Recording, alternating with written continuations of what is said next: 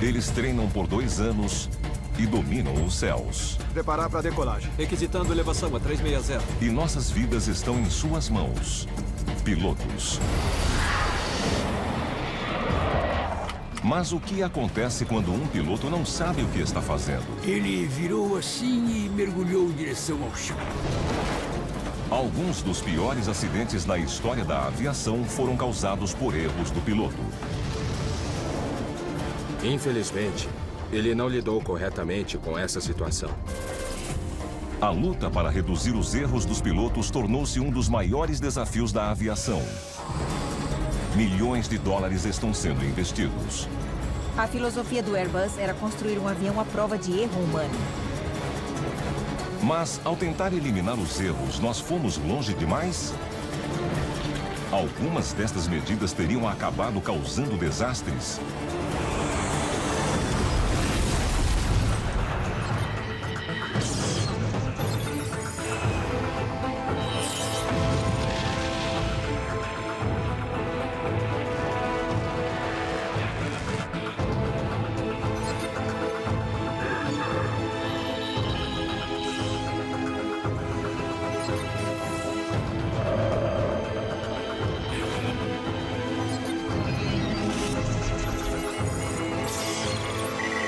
Catástrofes aéreas. Erro humano. A Qantas é a companhia aérea mais segura do mundo. Nenhum de seus grandes jatos jamais caiu. Mas em outubro de 2008, esta reputação é colocada em risco. O voo 72 da Qantas está indo de Singapura a Perth. É um Airbus A330, uma das aeronaves mais modernas do mundo. Nos controles, a tripulação conta com a mais nova tecnologia projetada para tornar o voo mais seguro.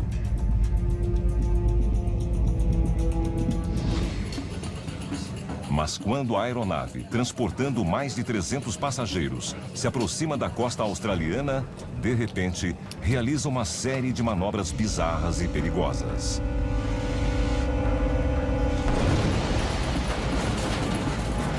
Primeiro, ela sobe 60 metros. E com a mesma rapidez, cai 200 metros. O que o avião está fazendo? O que é isso? Entre os passageiros, o caos é total. Na cabine de comando, os pilotos não fazem ideia do que está acontecendo. O avião está agindo por conta própria. Então, acontece novamente. Sem interferência dos pilotos, o avião mergulha mais 120 metros. Minutos depois, o comandante, horrorizado, emite um pedido de socorro. Mayday, Mayday, Mayday, Qantas 72. As vidas de 315 pessoas estão em jogo. O piloto conseguirá contornar a situação? A ironia é que todo incidente se deve a um sistema de voo controlado por computador, projetado para eliminar uma causa comum de acidentes aéreos, o erro humano. 8 de janeiro de 1989. A gravidade deste problema fica clara para os ingleses em janeiro de 1989. O voo 92 da British Midland decola para uma viagem de rotina rumo a Belfast, na Irlanda do Norte. A bordo, encontram-se 118 passageiros e 8 tripulantes. A aeronave pertence à nova série 400 dos 737s da Boeing.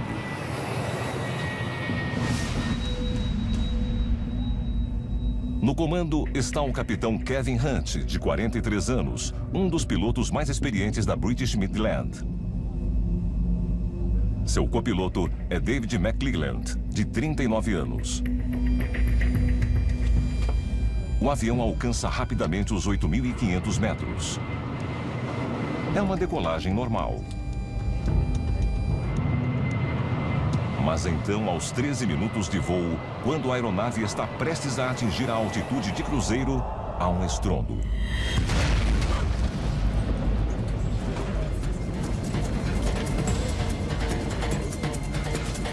O barulho deixa os passageiros alarmados.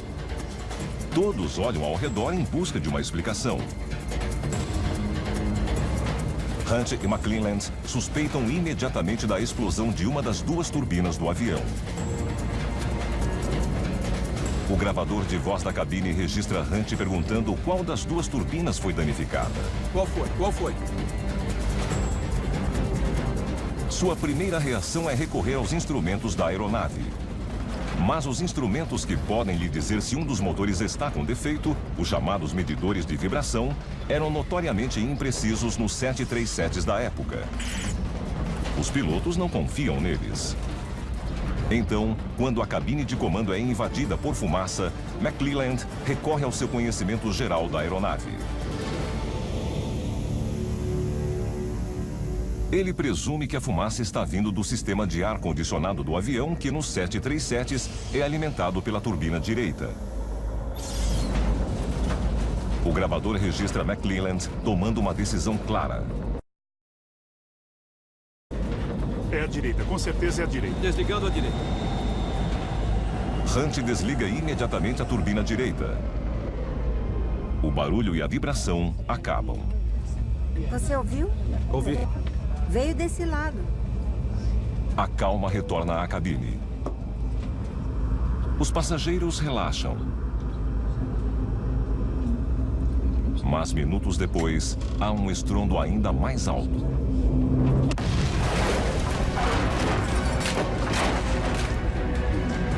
E novamente o avião é abalado por vibrações. Seguidas de um silêncio arrepiante.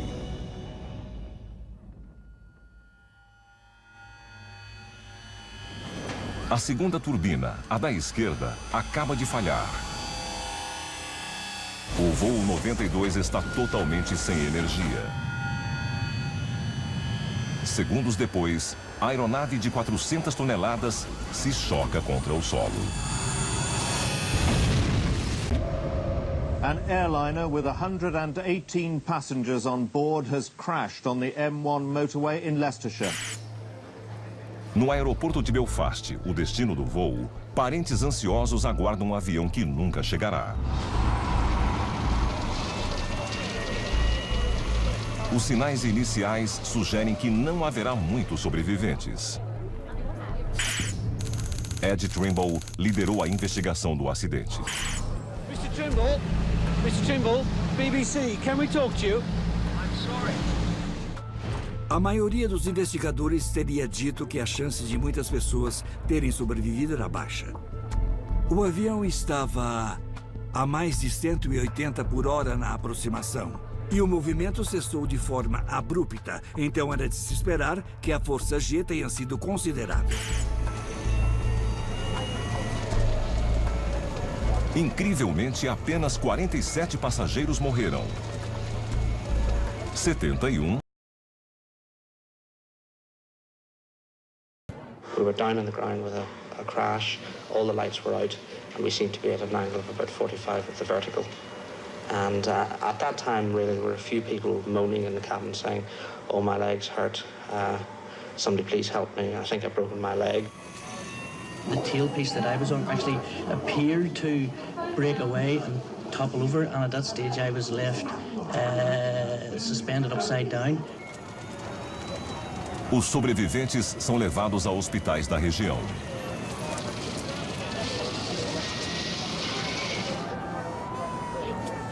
Entre eles está o comandante da aeronave, Kevin Hunt. A princípio, ele é considerado um herói por ter salvado a vida de algumas pessoas. Considering the trouble he was obviously in, I reckon he must have nursed that plane to get so close. He must have done a brilliant job.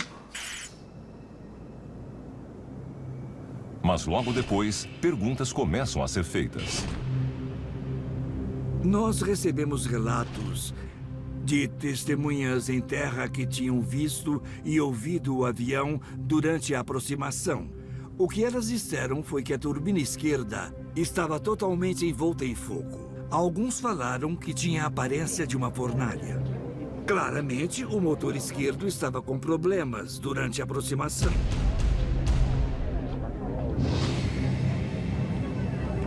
O fogo na turbina esquerda teria sido o primeiro barulho que os passageiros ouviram. Mas isso não devia ter sido fatal. Um bimotor pode voar tranquilamente com apenas uma turbina. Claramente, isso não aconteceu. Então a questão era: o que houve com o motor direito? O motor direito é minuciosamente inspecionado. Lentamente, uma verdade horrível se revela. A inspeção técnica do motor direito revelou que não existia nenhum problema com aquela turbina antes do impacto. É a direita, com certeza é a direita. Desligando a direita. E a turbina direita foi a desligada pela tripulação. Por que o piloto havia desligado o único motor ativo? A investigação revelará um caso clássico de erro do piloto. Ele simplesmente não conhecia bem a aeronave. Por não confiarem nos instrumentos, Hunt e McClelland haviam recorrido ao seu conhecimento geral dos 737s. Eles presumiram que a fumaça estava vindo do motor direito. Por isso, o desligaram. O que eles não sabem é que o novo 737 Série 400 é diferente de seus antecessores. O ar-condicionado é alimentado pelas duas turbinas. A fumaça e o cheiro vieram do motor esquerdo danificado e não do direito em perfeitas condições. Para piorar, os instrumentos de vibração dos 737-400, que indicam o mau funcionamento de um motor, são mais confiáveis do que os dos modelos anteriores.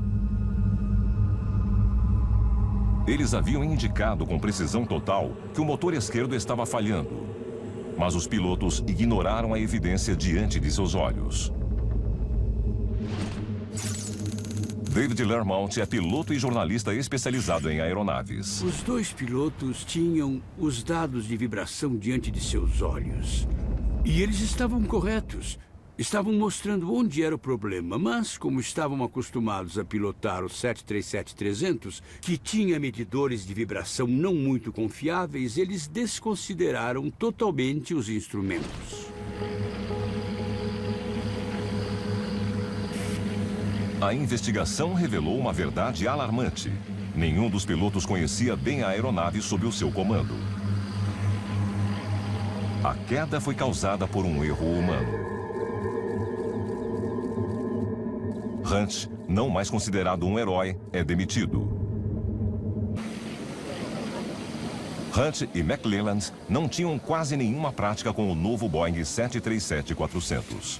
A companhia aérea presumiu que, como eles tinham experiência com o 737-300, só precisavam do que chamam de um curso de diferenças para pilotar o 400.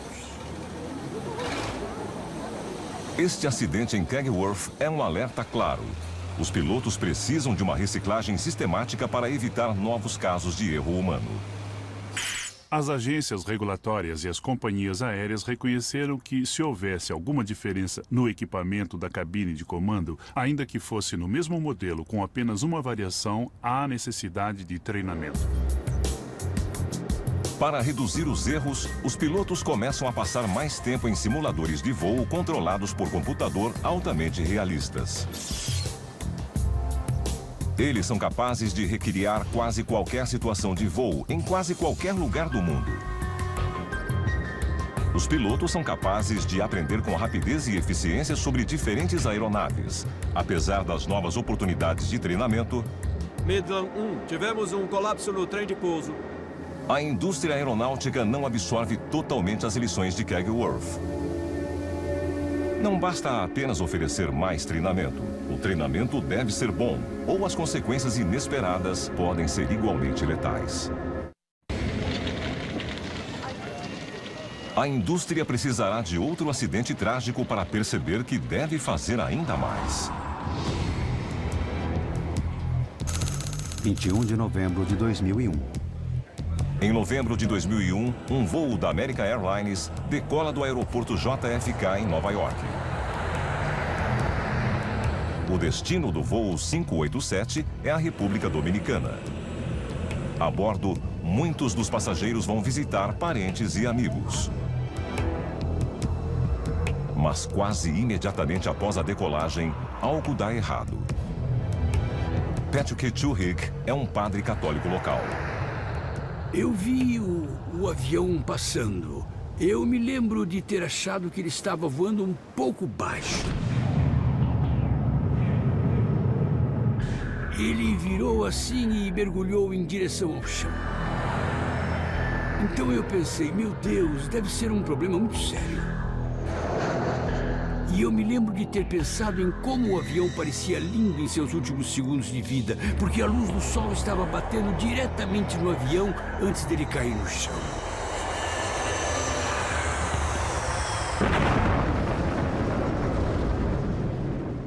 American 587 Heavy, I'm not receiving your transponder. American 587 Heavy, New York. American 587 Heavy, New York.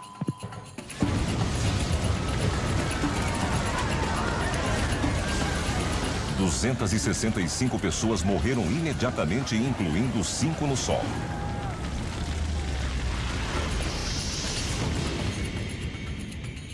Christine Negroni é uma jornalista que já escreveu muito sobre a indústria aeronáutica. Foi um evento traumático, porque aconteceu só 2 meses depois de 11 de setembro. Então houve preocupações imediatas, relatos de testemunhas de que o avião tinha sido vítima de um atentado terrorista.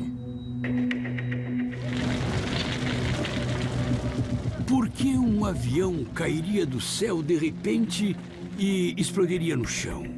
Então, o que eu ouvia as pessoas dizendo era: nossa, devia ter outra bomba nesse avião.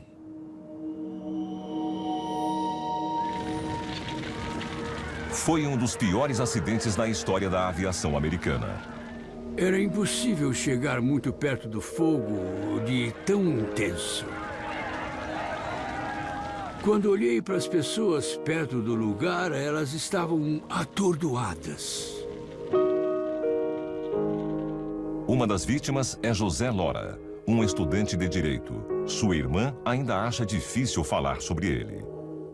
É muito difícil viver com essa dor. Sempre que eu vejo uma foto do meu irmão, eu prefiro nem ver as fotos dele, porque eu não quero nem pensar que ele não está mais aqui. É muito difícil. O homem encarregado de investigar o acidente é Bob Benson. Ele logo encara as exigências por respostas imediatas.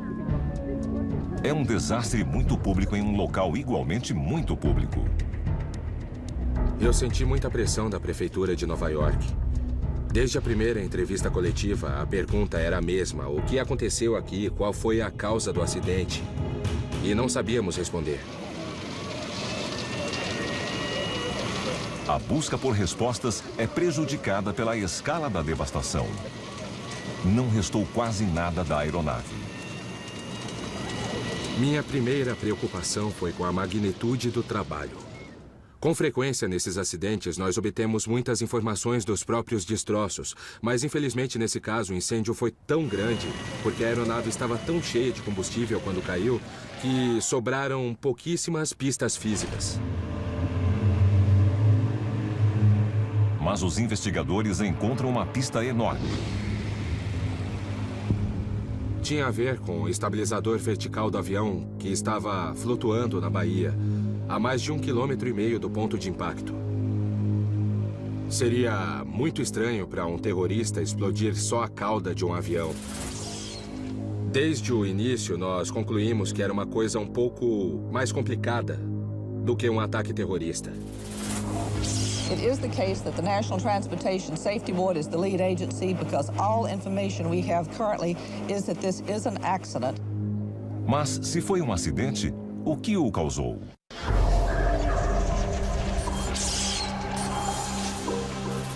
Inicialmente, a suspeita recai sobre os métodos de construção revolucionários da Airbus. Grandes partes da aeronave são feitas com um novo material conhecido como composto de fibra de carbono. Os materiais compostos são o caminho do futuro. São fortes e, acima de tudo, leves. E, na indústria aeronáutica, leveza é igual a dinheiro. Alguns dos componentes com este tipo de fibra de carbono são a cauda da aeronave e seus pontos de ligação. Teria ocorrido uma falha gigantesca neste novo e revolucionário material? As implicações são terríveis. Os alarmes soaram. Ficamos muito preocupados com o resto da frota da Airbus, já que poderia haver defeitos de fabricação em outros aviões. Se a Airbus estivesse construindo aeronaves com peças defeituosas, centenas de aviões poderiam cair do céu? Nós passamos muito tempo estudando e testando a resistência desses componentes e a qualidade do design deles. Os investigadores usam um scanner de ultrassom para identificar micro-rachaduras e falhas ocultas no material. Ao contrário do metal, suas falhas e tensões não são vistas a olho nu. Eles reexaminam o projeto. Examinam outros aviões da Airbus. E não encontram nada que explique por que a cauda teria se separado. E, no fim, foi uma pista falsa. O projeto era mais resistente do que as normas exigiam. Mas, se não é uma falha estrutural, por que a cauda da aeronave havia caído? Em busca de outras pistas, a equipe de Benson recria os últimos minutos da aeronave. As atenções logo se voltam para o copiloto da aeronave, Stan Mollin, de 34 anos. Filho de um piloto comercial, Mollin voava há 10 anos, sempre na American Airlines. American 587 Heavy Kennedy ground runway 31 left for departure. Taxi left on Bravo, hold short of Juliet.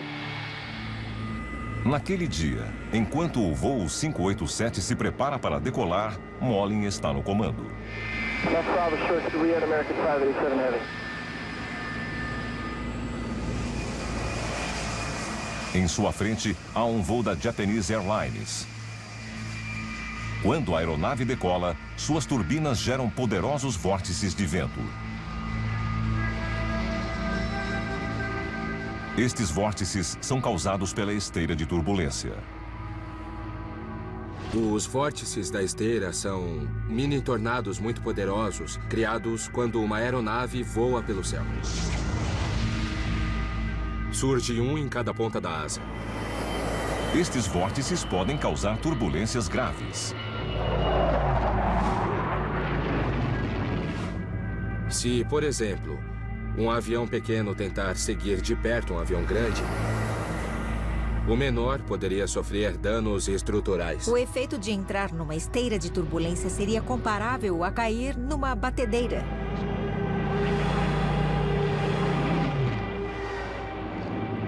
Então, o avião de trás precisa manter a distância. Os controladores de tráfego aéreo sabem disso e todo piloto deve saber, porque o ar fica muito agitado. American 587 Heavy, 13009, runway 31 left, clear for takeoff.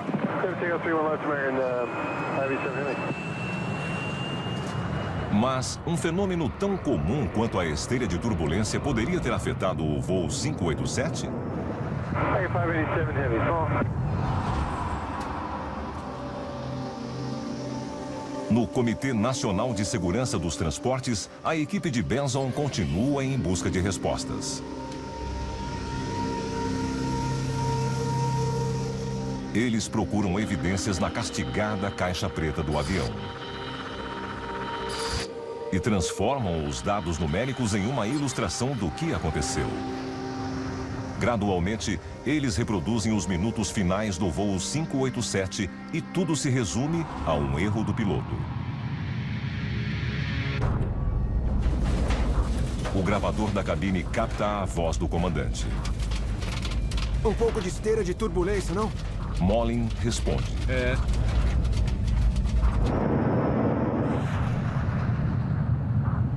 Então, para estabilizar o avião, ele pisa nos controles do leme. É o procedimento padrão para estabilizar uma aeronave nestas circunstâncias. A caixa preta mostra que Molin foi especialmente vigoroso. Primeiro, ele força o leme repentinamente para a direita. Depois, para a esquerda. Ele operou com tanta agressividade que o leme foi de limite a limite. Ou seja, o máximo para a direita e o máximo para a esquerda que ele podia ir. 4 vezes em 7 segundos e meio de um lado para o outro. Bam, bam, bam, bam. O movimento rápido gera um estresse enorme sobre a estrutura da aeronave. Até que ele se torna grande demais. O copiloto aplicou uma carga sobre o estabilizador vertical que foi o dobro do que a peça era feita para aguentar. E ela acabou cedendo.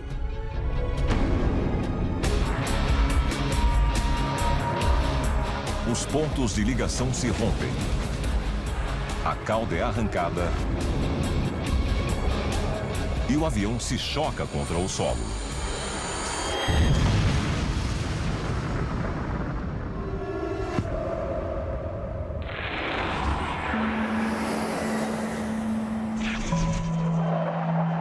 Mas como um piloto pode ser capaz de quebrar um avião simplesmente? A investigação revela que a Airbus emitiu alertas específicos sobre a reversão violenta do leme.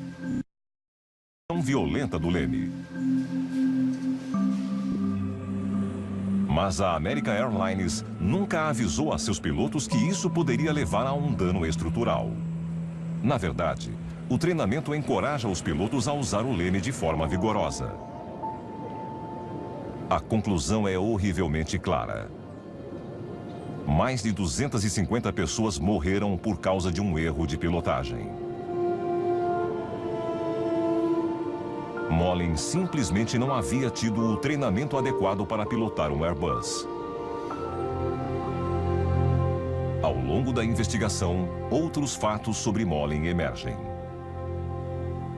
Descobrimos que ele tinha uma propensão a exagerar nas reações. Ele tendia a reagir com exagero a situações como a esteira de turbulência. E, infelizmente...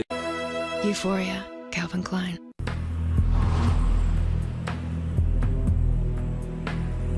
Para muitos observadores leigos, há outra questão. Por que, em um aeroporto movimentado como o JFK, onde a esteira de turbulência é um problema rotineiro, um piloto inexperiente, conhecido por reagir com exagero, foi o responsável pela decolagem? É uma história que remonta ironicamente a uma tentativa anterior de reduzir os erros de pilotagem. 18 de junho de 1972. Heathrow, Londres, 1972. Os pilotos da então chamada British European Airways estão no meio de uma acirrada e polêmica disputa salarial. Os pilotos novatos planejam uma greve. Mas muitos dos pilotos mais velhos se opõem com veemência à ideia. Um deles é o capitão Stanley Key, há 4 anos de sua aposentadoria e determinado a não criar confusão. Naquela tarde, Key tem uma discussão furiosa com um piloto mais jovem e militante. Para o Stanley Key, as greves eram um abandono do dever. Você tinha uma tarefa a cumprir e a única coisa que não podia fazer era fracassar nessa tarefa. E ela consistia em realizar o seu trabalho de um jeito ou de outro. Várias horas após a briga, Key é escalado para um voo de rotina rumo a Bruxelas. Com ele, no voo 548 da BEA, estão o copiloto Jeremy Keeley e o segundo oficial Simon Ticehurst.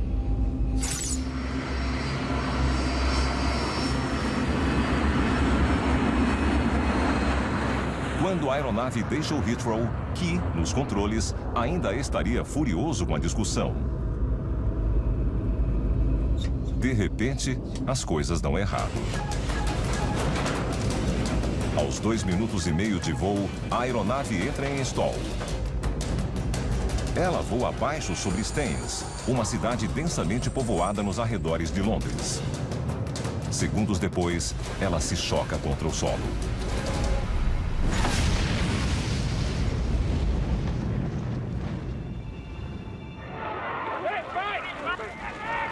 Quase imediatamente, curiosos lotam a área.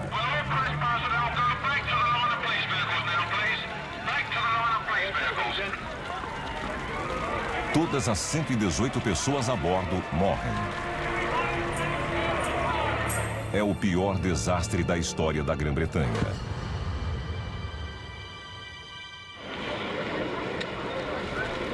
Em poucas horas, investigadores de desastres aéreos chegam ao local.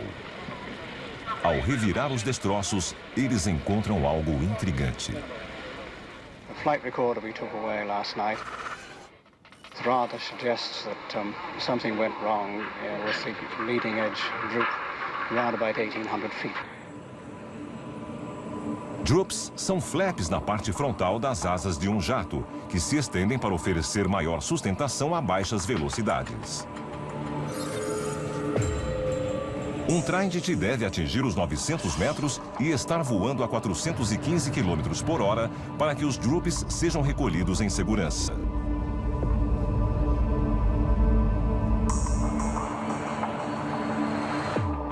Mas a caixa preta mostra que o voo 548 da BEA estava a apenas 550 metros de altura e a uma velocidade de 300 km por hora quando os droops foram recolhidos. Foi cedo demais. O avião teria entrado em stall imediato.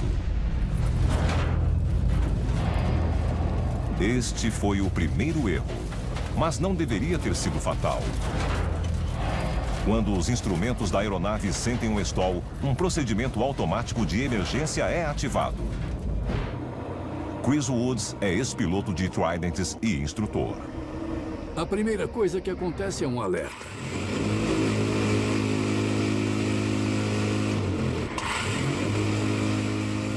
Ele chacoalha a coluna de controle e basicamente diz ao comandante: você está voando muito devagar, empurre o manche para frente e abaixe o nariz da aeronave para ganhar velocidade. Se mesmo assim o piloto não reagir, um segundo procedimento de emergência entra em ação. Uma haste empurra o manche até o final e o segura lá até que a velocidade seja recuperada. O avião mergulha. A velocidade aumenta e o stall é evitado.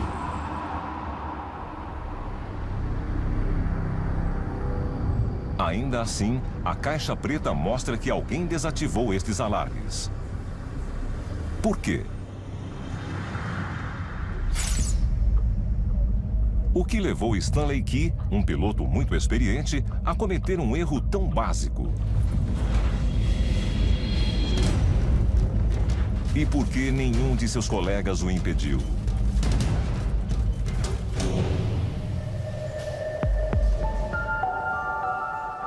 Os investigadores examinam várias possibilidades. Uma necropsia revela que Key tinha problemas cardíacos. Ele nunca contou para ninguém, mas tinha. A discussão antes da decolagem teria desencadeado um ataque?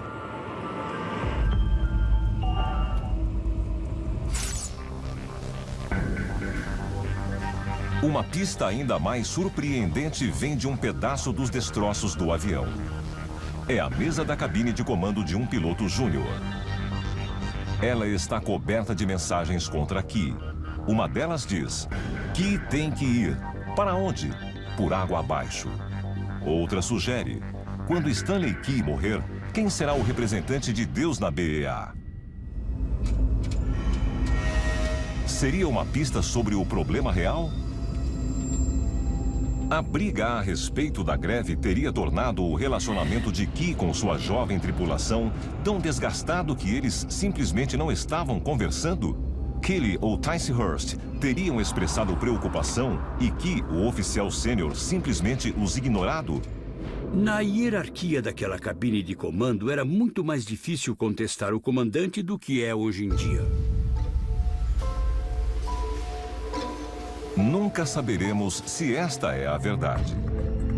Mas o relatório do inquérito resulta em mudanças importantes criadas para reduzir erros de pilotagem futuros.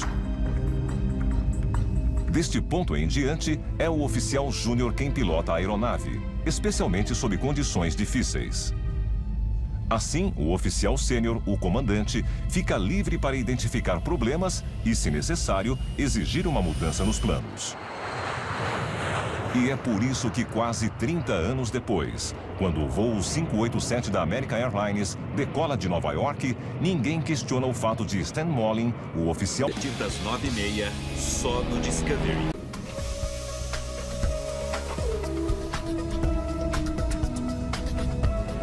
No início dos anos 2000, as lições de acidentes como os de Kegworth e Nova York finalmente são absorvidas. Os relatórios dos 2 acidentes recomendam um treinamento melhor. Mais pilotos passam mais tempo em simuladores cada vez mais sofisticados. Mas, na indústria aeronáutica, há um desdobramento ainda mais importante pensando para eliminar o erro humano: a automação.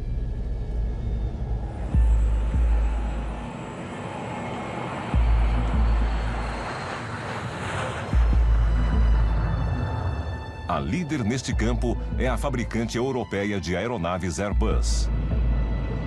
Em meados dos anos 1990, a Airbus lança a nova série A330. É uma das primeiras aeronaves a fazer uso extensivo das novas tecnologias digitais. Ela é tão inteligente que praticamente voa sozinha. A filosofia do Airbus era construir um avião à prova de erro humano, capaz de proteger o avião das decisões erradas dos pilotos. E foi exatamente o que eles fizeram. Martin Alder é piloto de Airbus. Eu tenho um controle simples e não um manche. Parece um joystick de videogame. O controle é como um mouse de computador e recebe instruções do piloto. Mas o piloto automático da aeronave também recebe dados de diversas outras fontes espalhadas pelo avião. Os computadores recebem informações sobre velocidade, altitude e centro de gravidade do avião. E elas são adicionadas ou subtraídas para garantir que as ordens enviadas aos mecanismos de controle na ponta das asas sejam exatamente necessárias para cumprir a tarefa. Isso significa que os controles são sempre ajustados para oferecer eficiência máxima. O voo passa a depender bem menos da habilidade do piloto. Hoje, com o fly-by-wire digital, mesmo diante de uma adversidade comum, eu não me preocuparia. E o mais importante, o programa é capaz de ignorar o piloto caso ele cometa um erro. Ele limita os ângulos de inclinação que o piloto pode aplicar, limita até onde o nariz do avião pode subir e até onde ele pode descer, para impedir que o piloto acelere demais e danifique o avião, faça manobras abruptas e danifique o avião, ou voe muito devagar e perca o controle do avião. O avião não deixa os pilotos fazerem nada que possa causar um acidente. Com exceção da decolagem, que ainda não pode ser totalmente automatizada, o piloto não precisa fazer praticamente nada, além de observar os displays de cristal líquido ultramodernos. O erro do piloto é praticamente eliminado. O voo se torna bem mais seguro. Em teoria.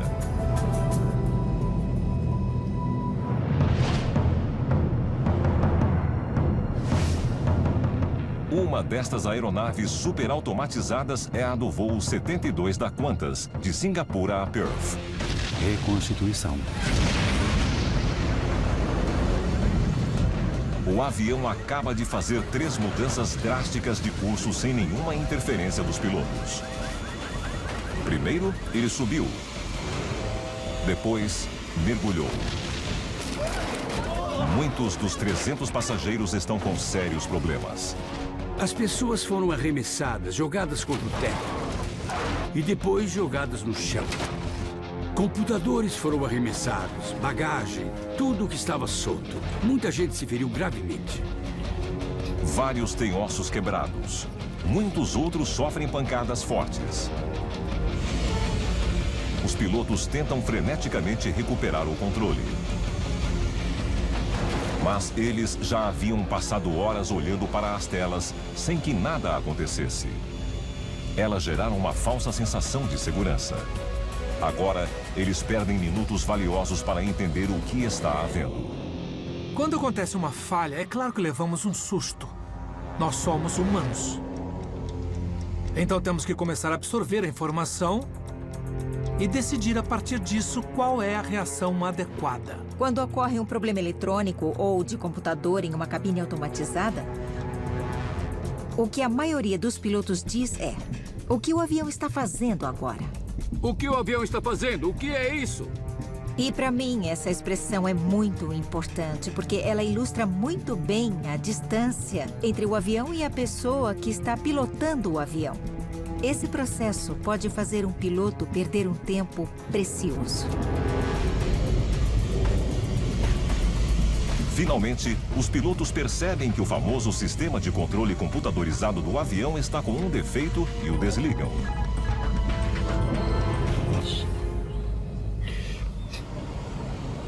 Oh, meu Deus! 40 minutos depois, o avião faz uma aterrissagem de emergência no estado da Austrália Ocidental. Todos sobrevivem, mas por pouco. 53 pessoas são hospitalizadas com lesões que vão de fraturas a danos na coluna. Está doendo. Respire fundo. Respire pelo nariz. Como este voo se transformou em um pesadelo?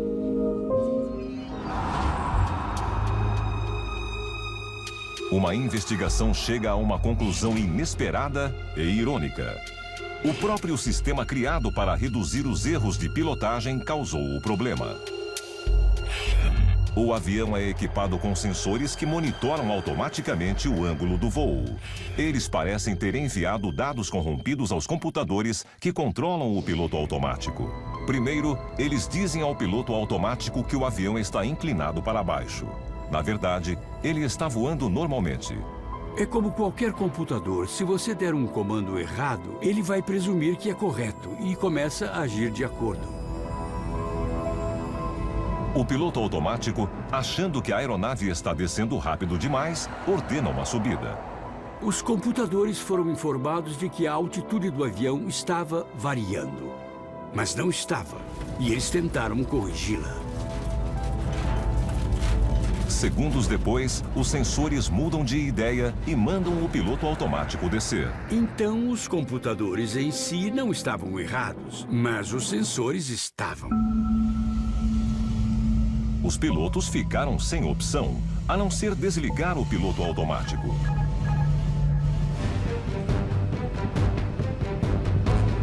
Hoje, as cabines de comando modernas são mais bem equipadas e mais aptas a ajudar o piloto do que nunca.